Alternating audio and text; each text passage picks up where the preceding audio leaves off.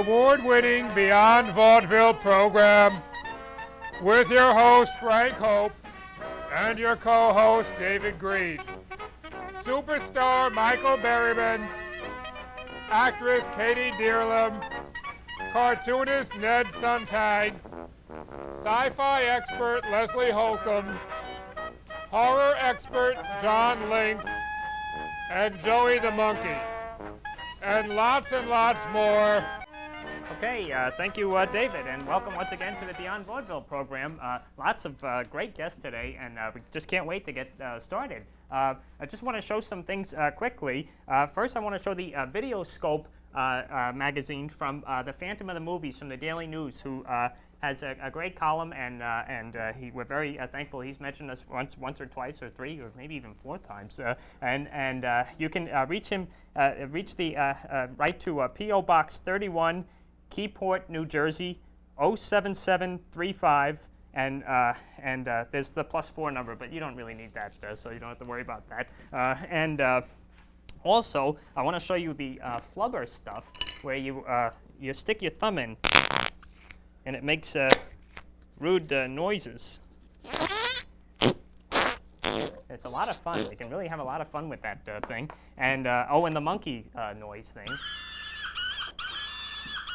That's Joey should like that. And and also Rockin' Jessie from the Full House program. You can get the full Jessie doll is good. And okay, anything else? Okay, maybe. And also the Jurassic Park candy eggs, which are very good. Would you like one, Leslie? I never even knew they were on the market. Okay, well, Leslie Holcomb is with us today, and you want to try one of those? I'll try anything the first time around. They're very good. Don't you think? I don't like those sugared candies of, little different versions, but I never thought this particular version was on the market with that brand name. They're like gumdrops, but they call them raptor eggs. Well, whatever the case is. Okay. Well, now you brought some things you wanted to show us today, Leslie, yeah. right? Well, first, I was able to stumble upon by chance some interesting photographs. Uh-huh. Some of you may remember a movie called Millennium that was out around 88, 89. I came upon, among others, this one, which is from one of the lead actresses, right. And the same lady in another outfit with the male lead in that one. Okay. The lady is Sarah Willett, you might remember from Charlie's Angels. The actor here is Chris Christopherson. Oh. You might have heard of him. Right. Now, here's a photograph of a lady in a Russian military uniform from one of the James Bond films. Right. I think she's from What's Up With Love. That's the film there. Now, we also have the remaining three from the recently released X-Files. This is the lady from the series, Scully, as she's known. Right. We have Mr. Mulder actually. And then we have both of them together in the same shot. Okay, well that's quite a collection, and that's just some of the photos from your collection, right? Oh Leslie? yes, and these are just some of the recent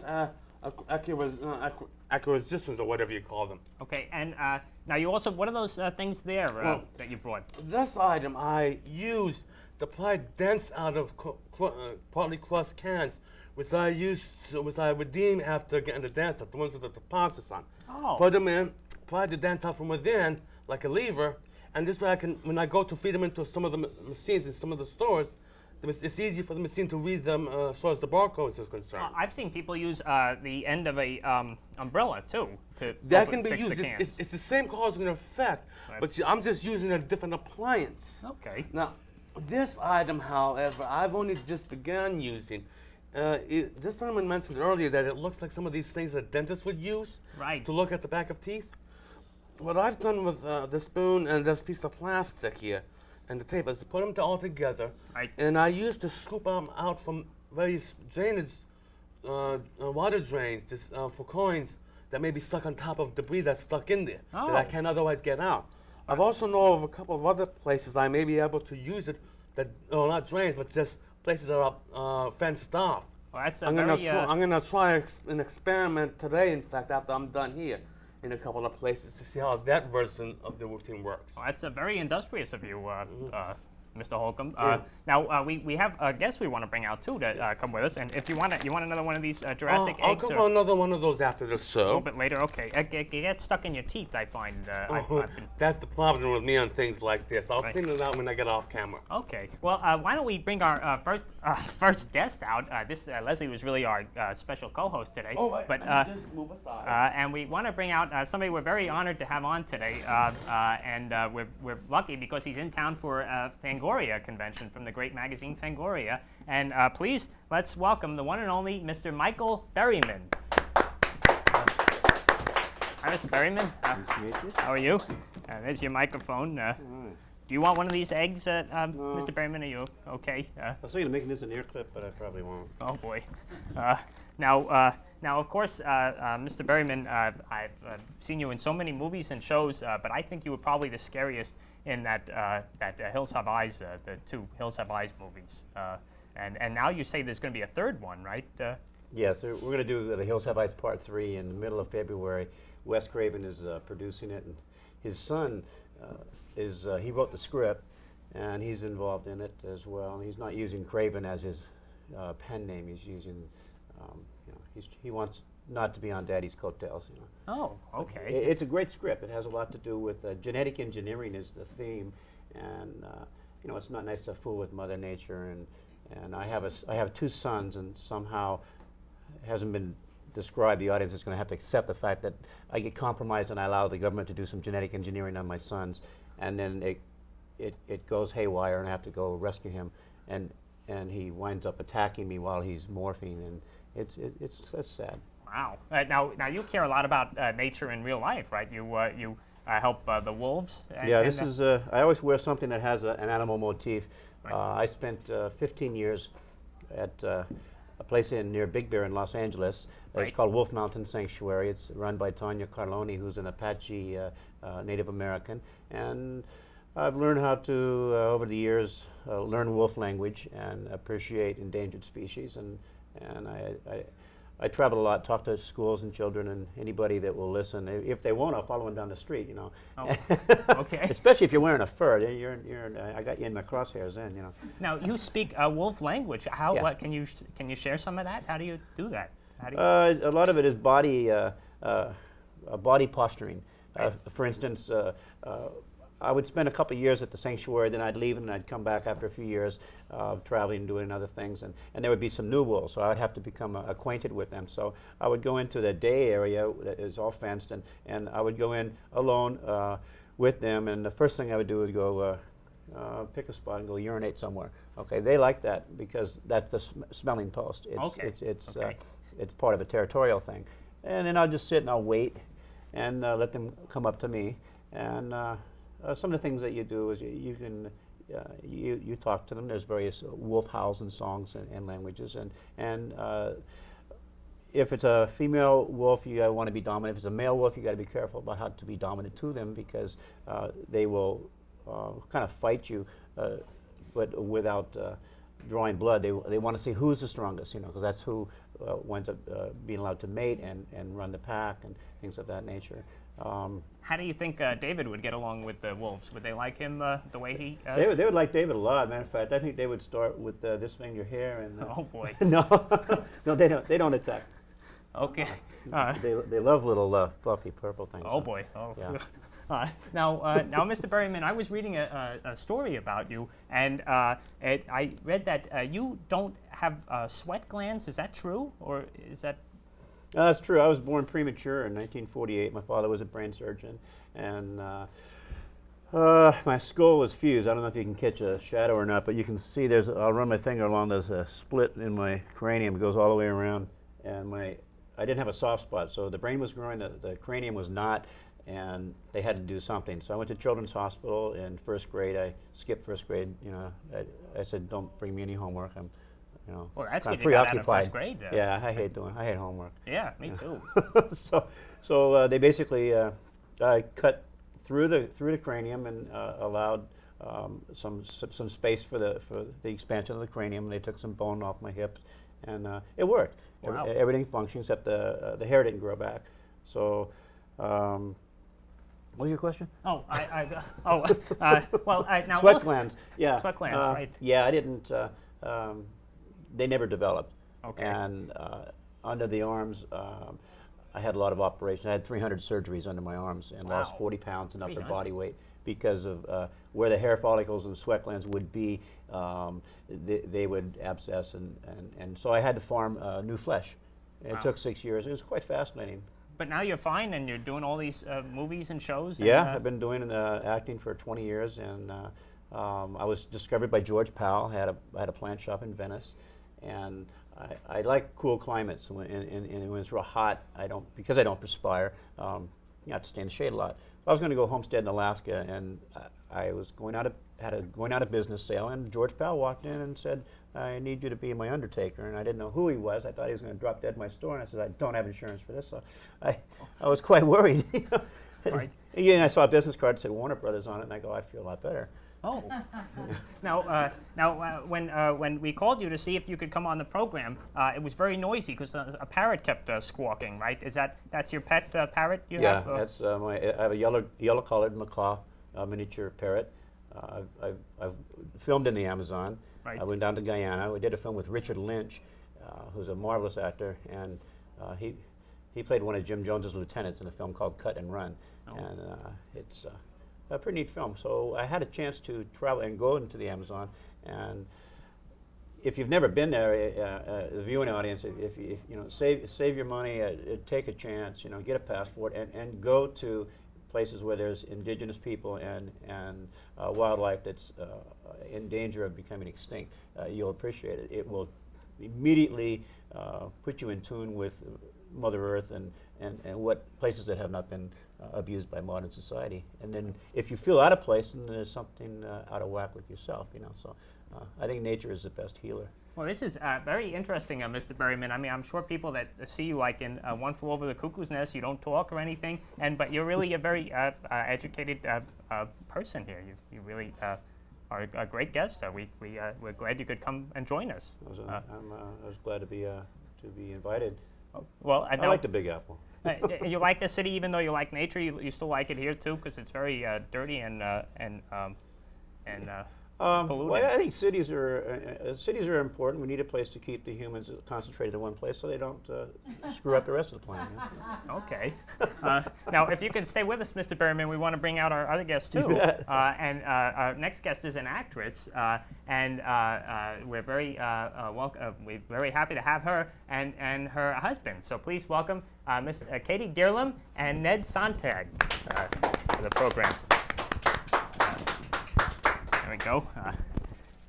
Ms. Dierlam and Mr. Sonntag. Let me just put that. You got that on there.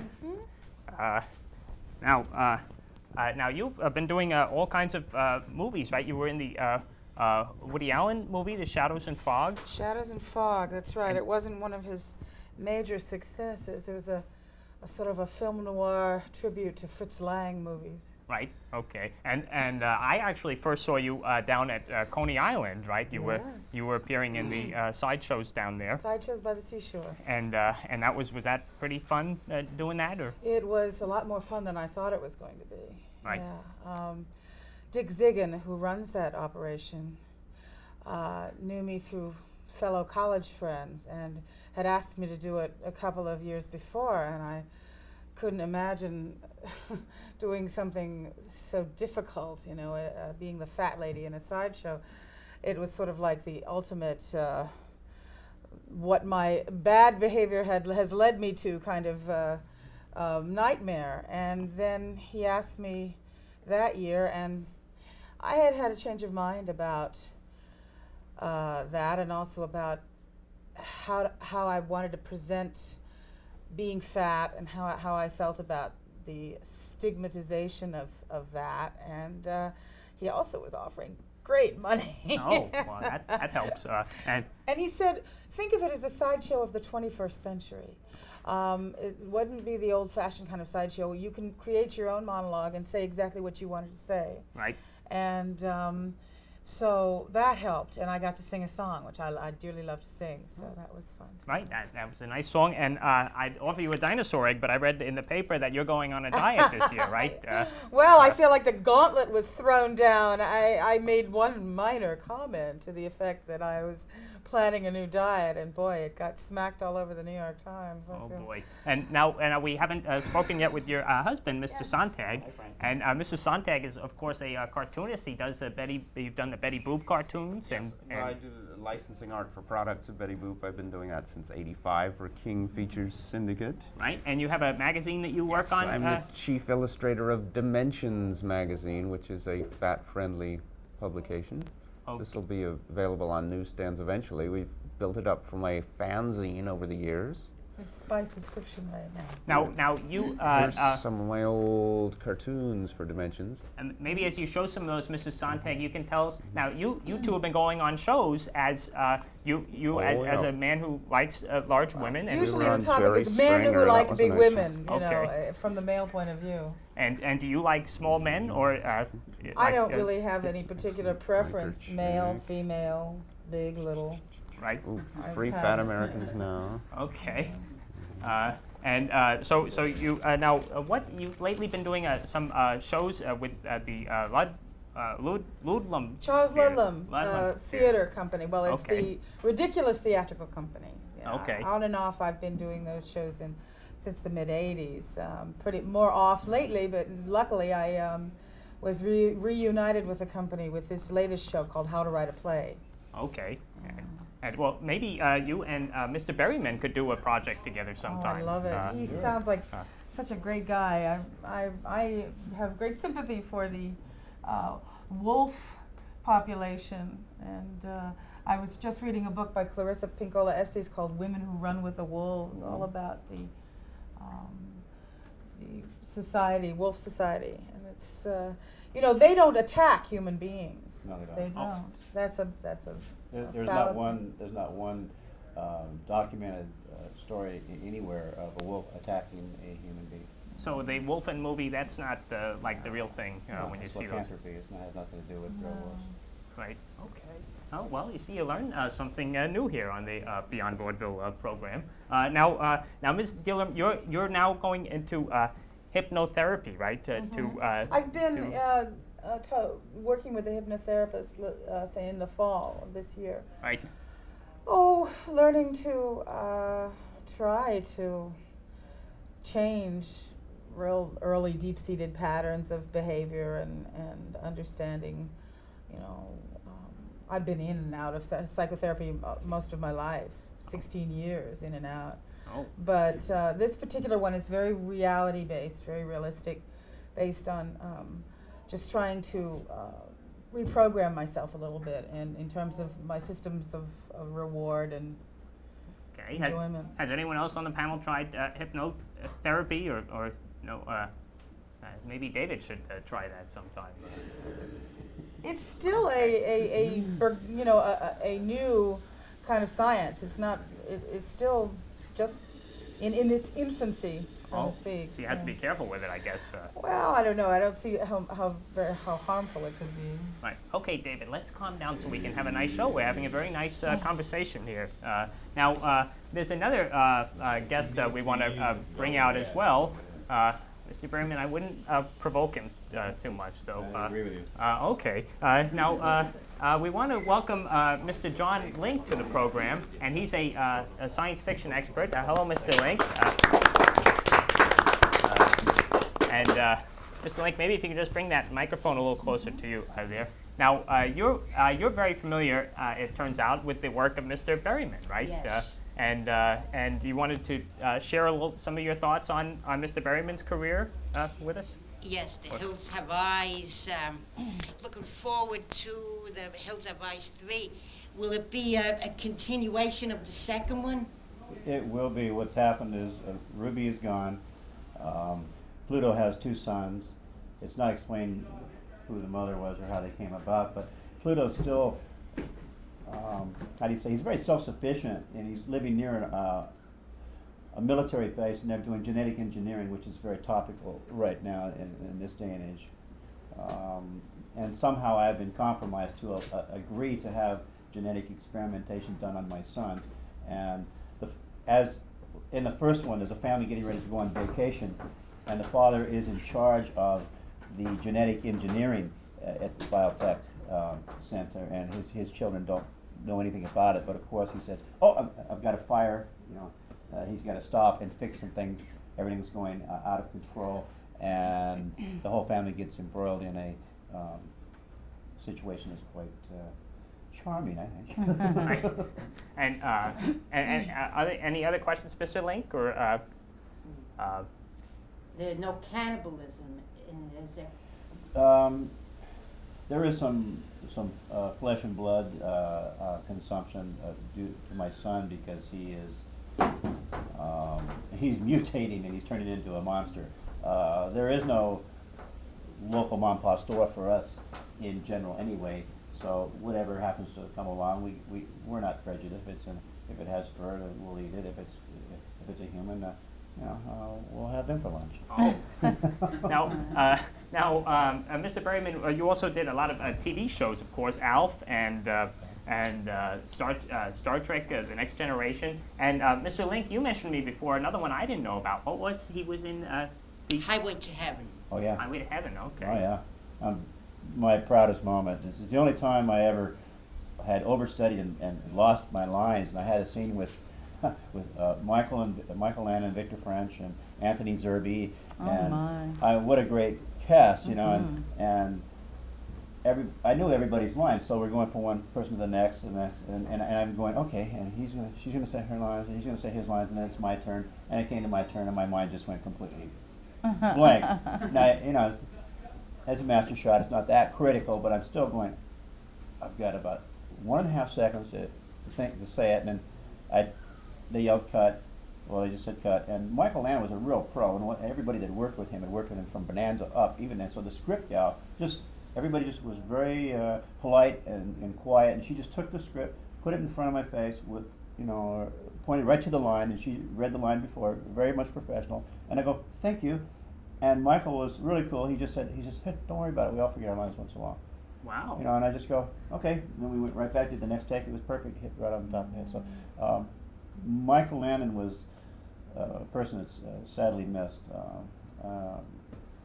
Great family entertainment, and I was quite amazed the story he did. He was a javelin thrower, and the story about him, being a bedwetter and all that stuff. Wet his bed, yeah. Yeah, Right. I mean, a lot of people would think stuff like that is in bad taste. It's not. Anything to do with human nature and real human suffering conditions, or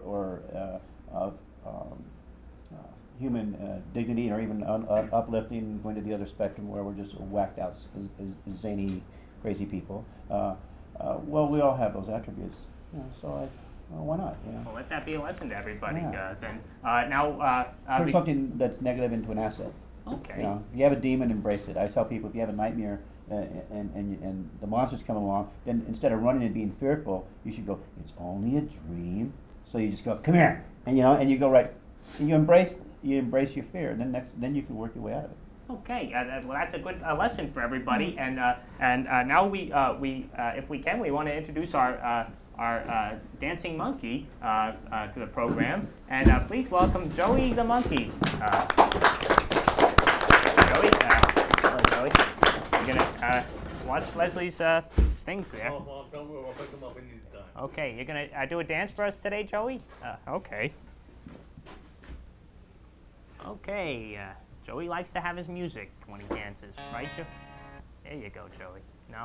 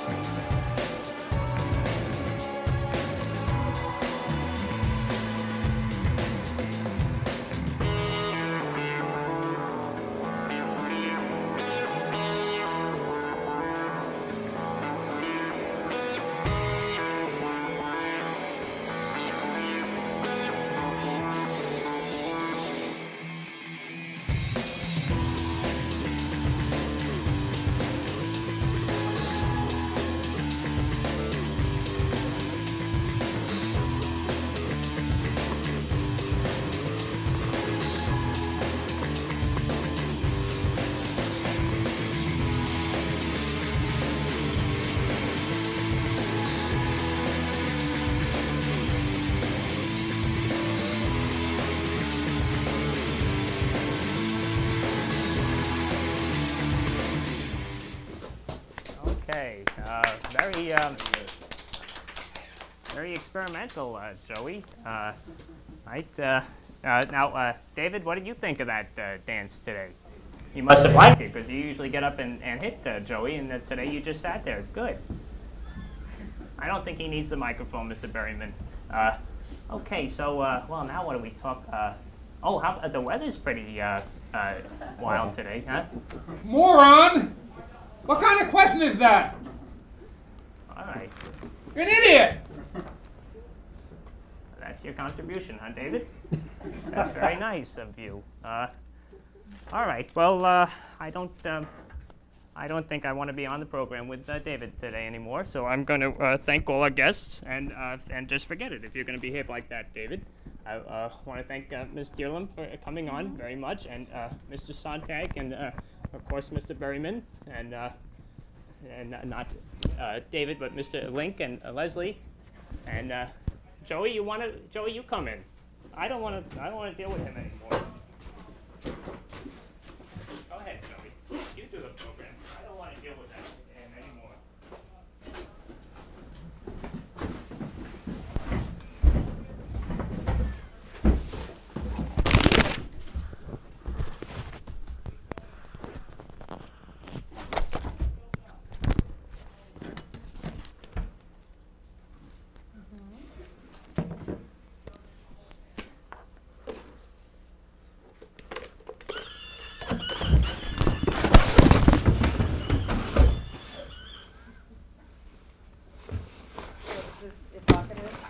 It's in reference to the early days of television and J. Fred Muggs.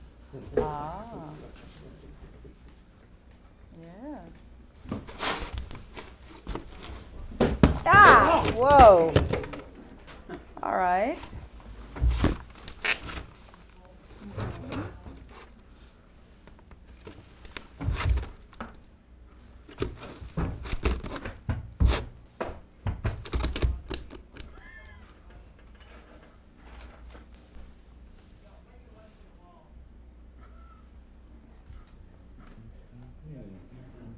You know why that little Godzilla there can't use an ATM?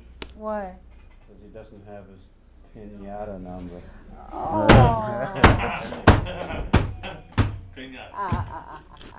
Yeah. All right. I have one more cartoon to show. This is Dimension Superhero. Can I get the first set up? Okay.